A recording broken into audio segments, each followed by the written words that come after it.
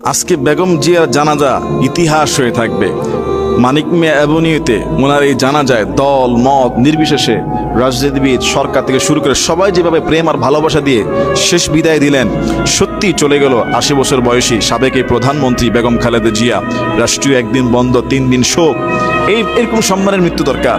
এমন রাজনীতি দরকার নাই যে রাজনীতি করলে দেশে পর্যন্ত থাকা যায় না, পালিয়ে চলে যেতে হয়। এমন রাজনীতি দরকার নাই। বেগম খালেদা জিয়া থেকে শুধু বিএনপি না, প্রত্যেকটা দল শিক্ষা নেওয়া উচিত। স্বৈরাচার হলে, জুলুম করলে মানুষ পালিয়ে যেতে বাধ্য করবে, দোয়া তো করবে না, মানুষ উল্টা গালি দিবে। এদেশের অনেক বড় বড় নেতার জানাজা নাকি হয়েছে খালি, আবার অনেকের জানাজা হয়েছে হাজার হাজার লক্ষ লক্ষ মানুষ।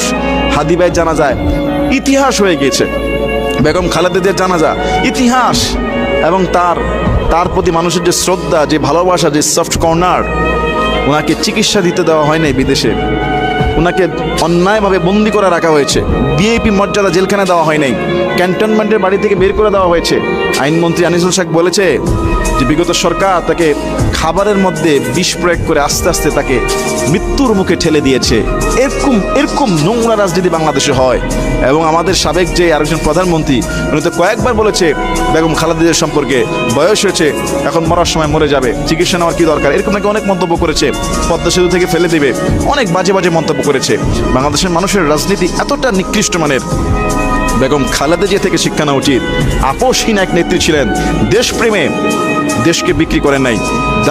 দাদাবাবুদের চোখে চোখ রেখে কথা বলেছেন, চাইলে পালিয়ে যেতে পারতেন, যান নাই, বিদেশ গিয়ে ফেরত এসেছেন, জেলখানায় ঢুকেছেন। দেশের প্রেমে তিনি জীবন দিলেন। তার এই আদর্শ শুধু বিএনপি না, প্রত্যেকটা দল ধরে রাখা উচিত, যাতে মানুষ মারা যাওয়ার পরে সবাই তার প্রশংসা করে, বদনাম যেন না থাকে। বদনাম ভুল ত্রুটি মানুষের থাকতে পারে কিছু, আল্লাহ যেন ওনার ভুলগুলো ক্ষমা করে দিয়ে ভালো জিনিসগুলো কবুল করে। এবং উনি ছিল আলেম ওলামাদের প্রতি সফট কর্নার, ভালোবাসা। ইসলামের দলের সাথে তার সুসম্পর্ক ছিল, অনেক আলেমদের সাথে তার ঐক্য, ভালোবাসা, উঠা বসা ছিল। আল্লাহ তাআলা আমাদের এই সাবেক প্রধানমন্ত্রী বেগম খালেদা জিয়াকে আল্লাহ প্রিয় বান্দী হিসেবে কবুল করুন, তার ভুল ত্রুটি ক্ষমা করে দিয়ে তার ভালো দিকগুলো আল্লাহ কবুল করুন। আল্লাহুম্মা আমিন।